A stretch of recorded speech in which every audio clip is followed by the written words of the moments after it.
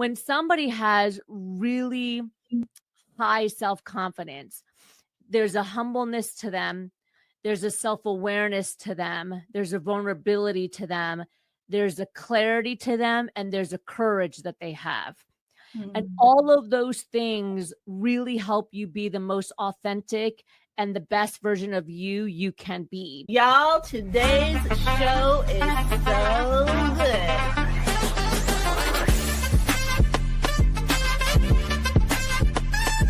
But number one, I've never seen an intro like that.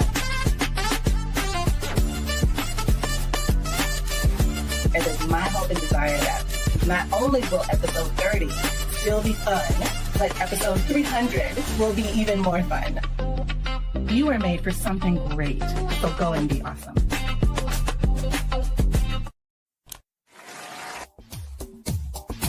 Ten seconds remaining.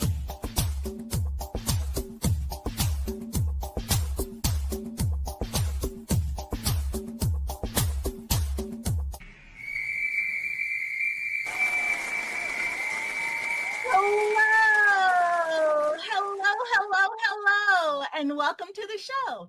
My name is Renee Hastings, and I am your host of Renee Speaks. Y'all, I am so excited about today's show because it is sponsored by Executive Help Now.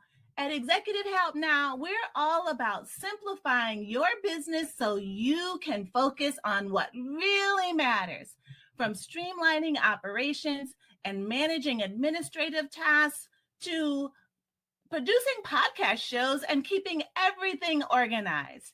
Our team is here to help you thrive. So if you're ready to make your life just a little bit easier, hit us up at www.executivehelpnow.org. Now, y'all, today's guest is nothing short of genius. Let me tell you, her name is Lena Nasserdeen, and she truly is an inspiration to us all. She is a TEDx speaker, a best-selling author, and founder of Rise Up For You.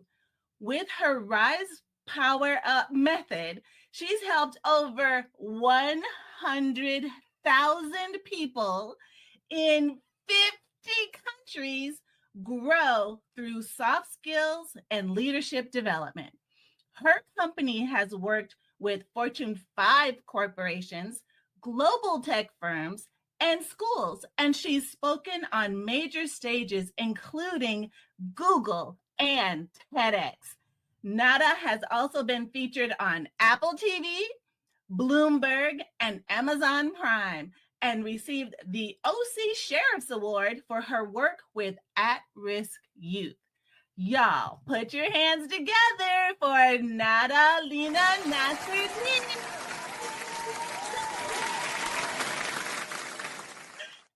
Hello. Hi. How Pleasure are to be you? here. So good. Thank you for having me. It's an honor. I love like the logo and all the stuff that's going on. This is great. Awesome. I'm glad you like it. Yeah, we have the most amazing podcast production team in the world, if I must say so myself. So thank you so much for that. Definitely appreciate it. But Nada, I cannot wait to learn more about you and the system that you've created to help people be their absolute best, no matter where they're starting. So what inspired you to even start doing this? Yeah, it's an interesting question. I think honestly, I've always had a little bit of this in me ever since I was a kid. I often reflect upon how I got to where I am today. And, I remember being in high school and middle school and sitting next to my friends and saying, you could do this, you got this. It's always just kind of been there. I was a cheerleader in high school. But, the journey really started my first career. I was a performer. I toured the world internationally as a singer, did like musical theater. And then soon after that, I became the executive of an education corporation because I realized that it wasn't about me having a microphone and being on stage. It was about building connections with the audience and building relationships and also trying to figure out how to connect with them in a way that when they left the show, they felt really moved and inspired by what they just experienced. Mhm. And from there, I became an executive of the education corporation, and I was a professor in the evening. And I realized that in every industry that I was ever in, Renee, whether it was performing, nonprofit, corporate, executive, I saw the same challenges and the same gaps continuing to happen. And that was amazing people, amazing organizations that had a great product or were really technically advanced, getting in the way of their success or their scalability or their potential because of soft skills, also known as street smarts.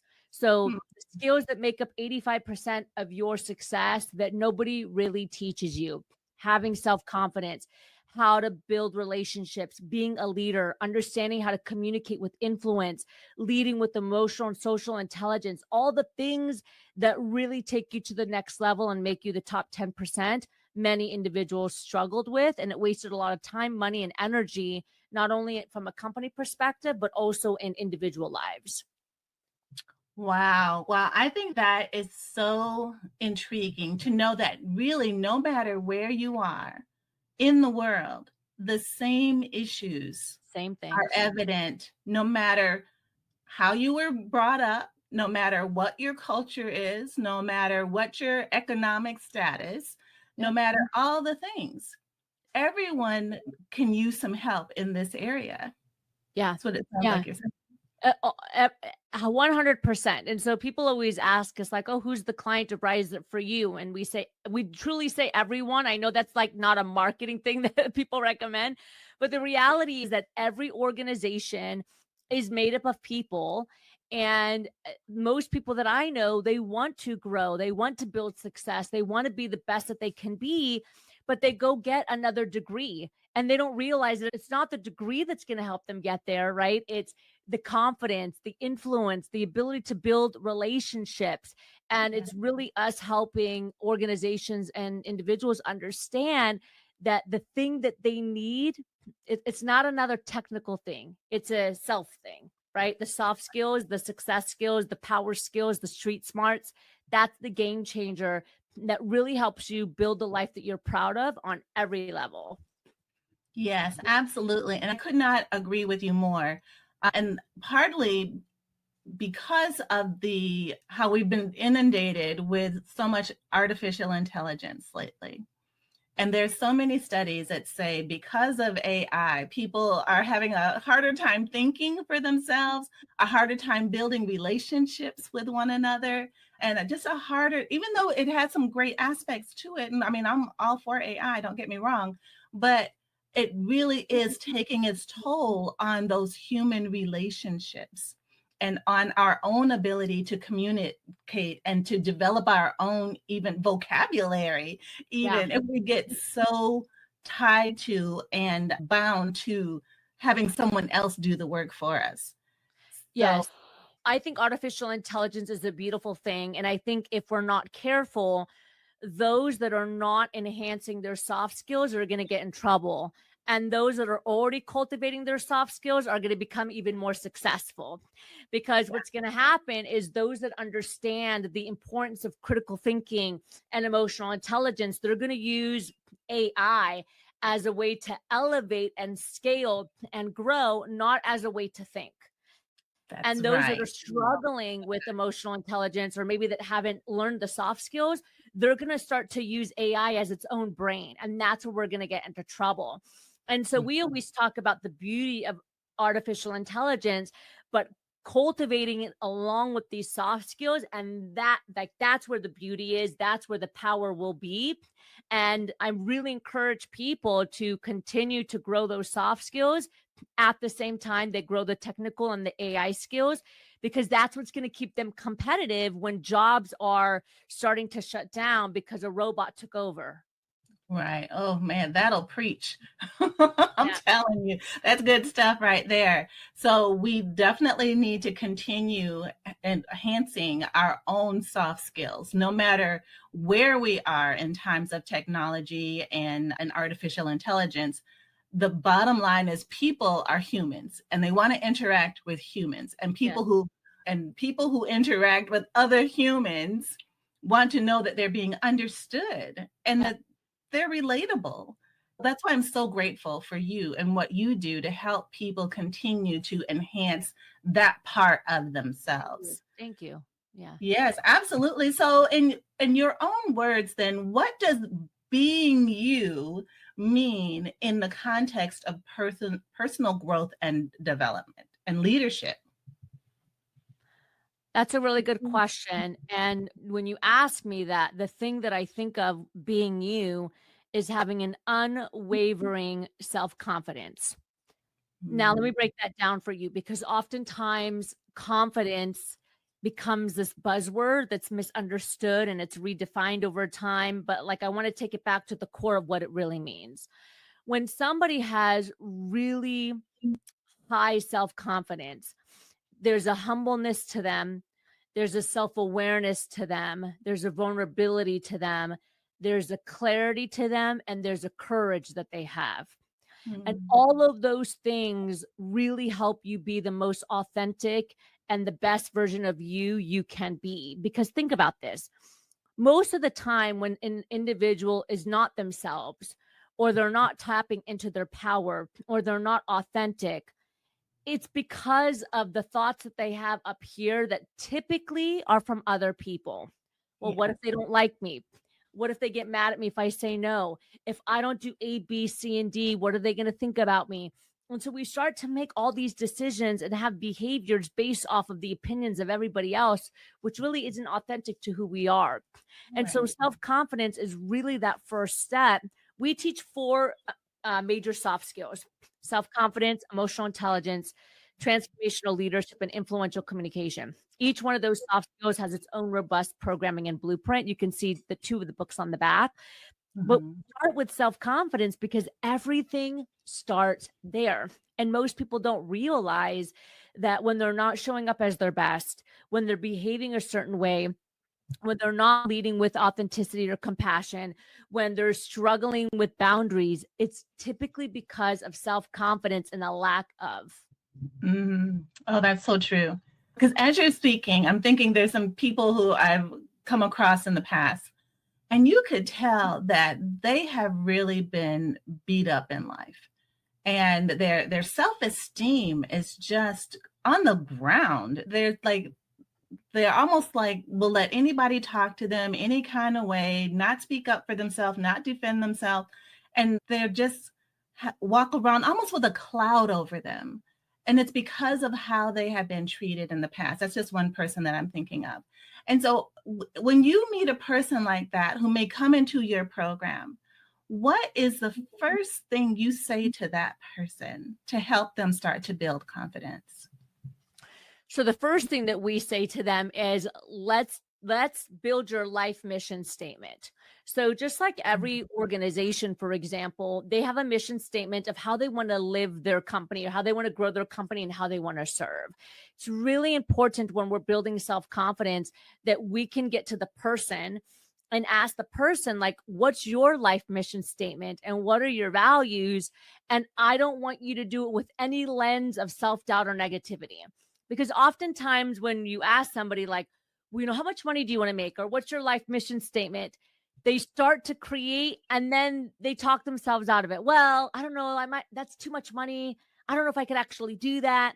So I always say, like, what is your life mission statement? If you can have anything in the world, what kind of life do you want to build and why? We always start there.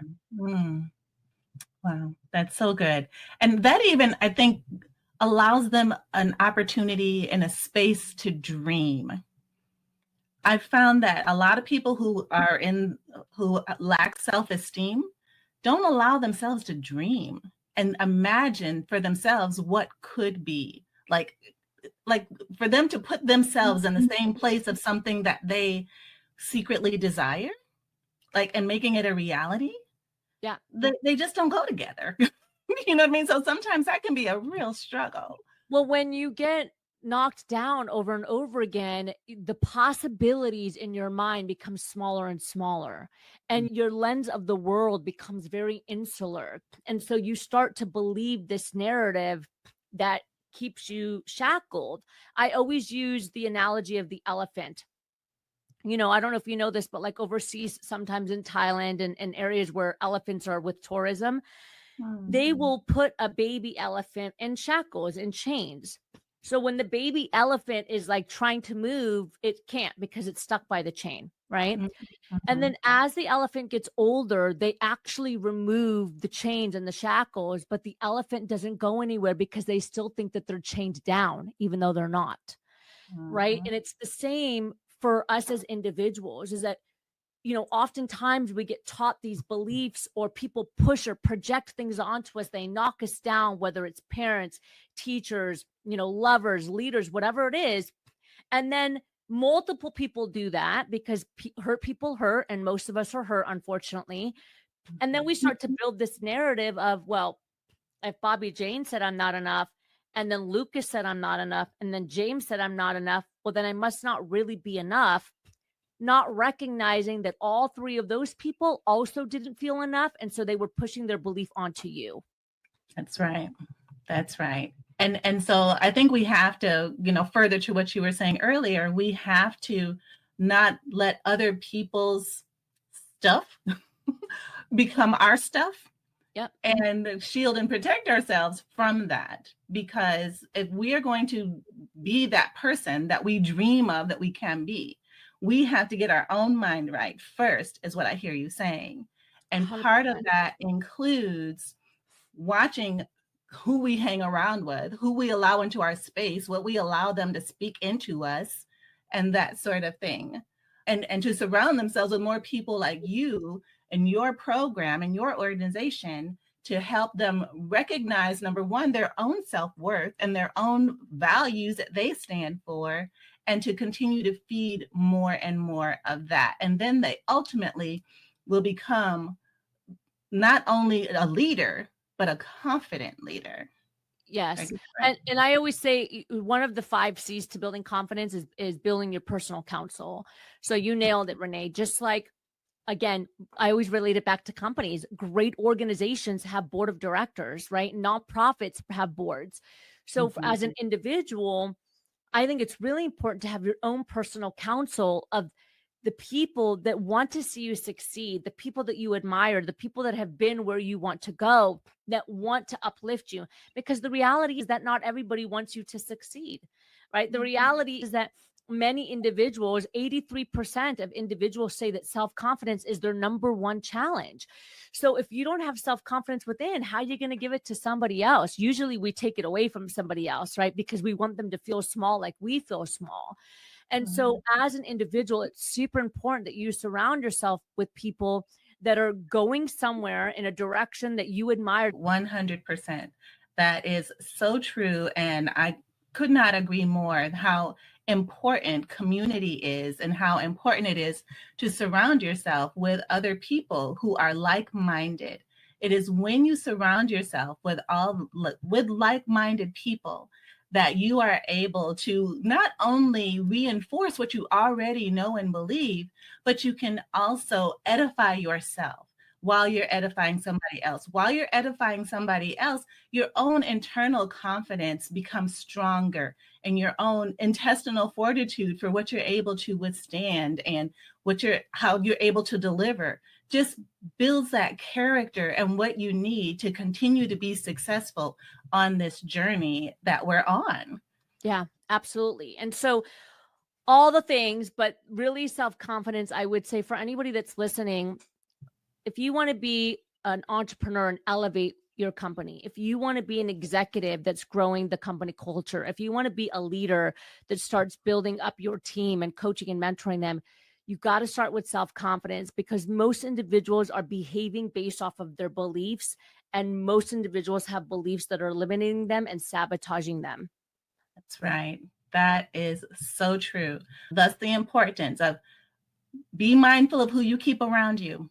Don't just allow any old thing. And even be mindful of the things you watch on television, or the things that you listen to on the radio or watch on the news. All of these things have an impact. And so as we talk a little bit further about leadership and visibility and that sort of thing, Nana, why do you think so many professionals struggle with visibility, and how can they overcome it? Is that similar to confidence?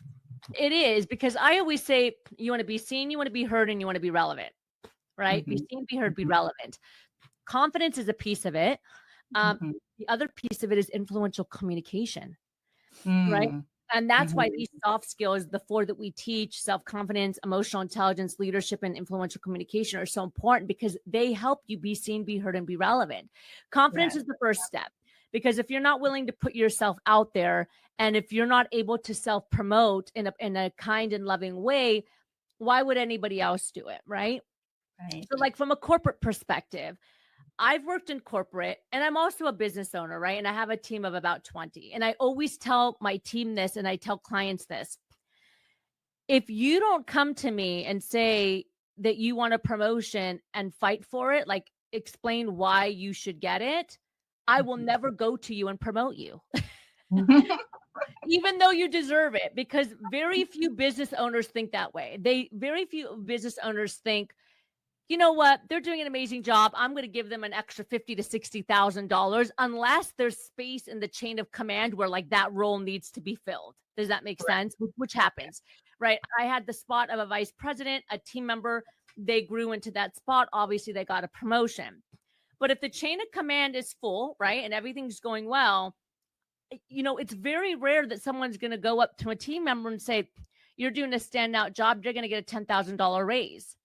Right? Right. It's like, you got to go to them and say, hey, I've been here for 3 years. I've been here for 5 years. Here's the value I've brought to the organization. I'd like a 2% raise or a 3% raise, or what are my possibilities here? And now the leader or the owner will say, okay, all right, looking at the data, I agree with you. Let's see what we can do. Same thing with entrepreneurship. When I first started my business, I had $100. I had no investors. I didn't know anything about business. But what I did know is no one's going to grow it but me. And I needed other people to grow it. I wasn't going to be able to grow it by myself. I needed to go out there and stand up in a room of people and say, hi, everyone. My name is Nasserdeen. I'm the founder of Rise Up For You. Here's what we do. We'd love to serve your company, because these skills can transform your company culture, your leadership, help the bottom dollar. Like, I had to learn how to do all of that in order to get that exposure. And that's a self-confidence thing. So that's the first thing. The second thing is the influential communication. Influential communication is the most difficult soft skill we teach.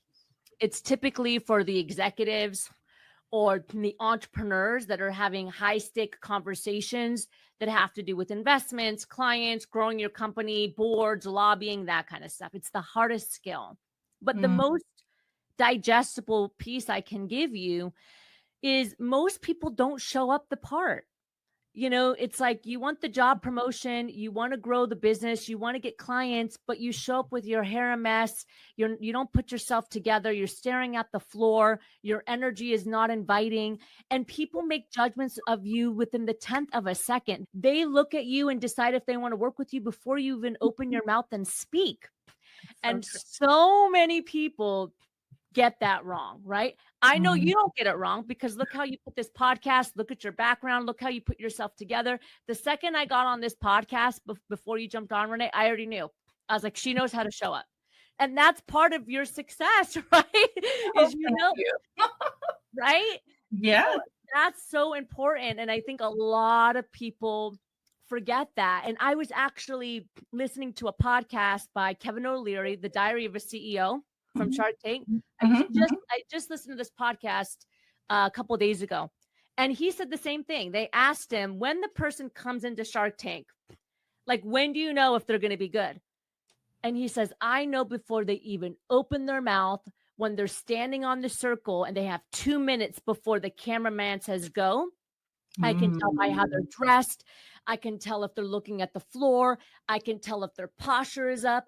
I can tell if there's a secureness, if they're looking at the rest of the sharks and acknowledging them. And he's like, and if they don't do that, I already know that they're not going to make it. Wow. So first impressions really do matter, 100%. Like 100%.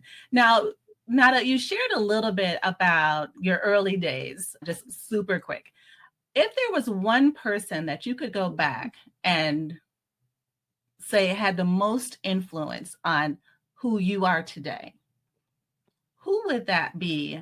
and why? I'm going to cheat. I'm going to give you two. The people that had the biggest influence in my life were my mother and my father.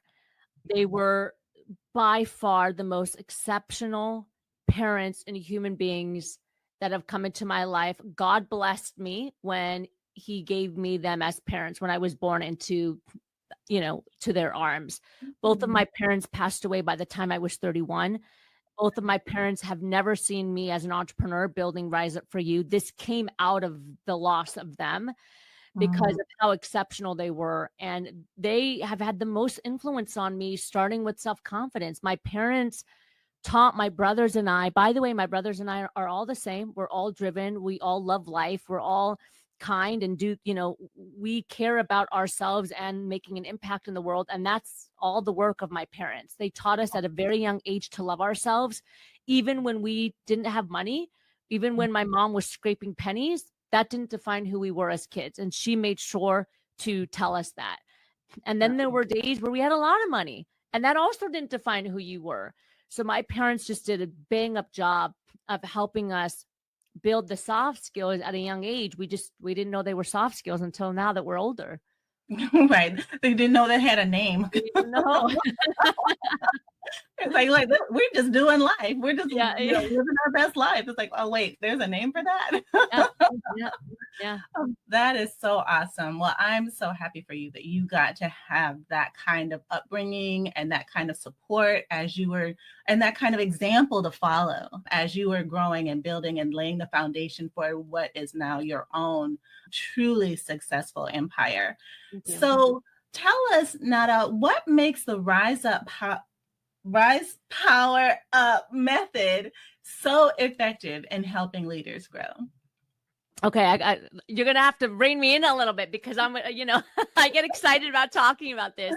So the Rise Power Up method, the reason why it's so successful is because first there's a lot of soft skills in the world. We have taken the top 4 soft skills that are like the top 4 that are important for your success, both as an organization and as a person, to help you be the best, top 10% personally and professionally.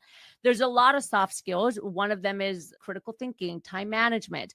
But we find in order to really move the needle, self-confidence, emotional intelligence, transformational leadership, and influential communication are the 4 that right now every single person and organization needs to invest in and start learning and growing. Okay.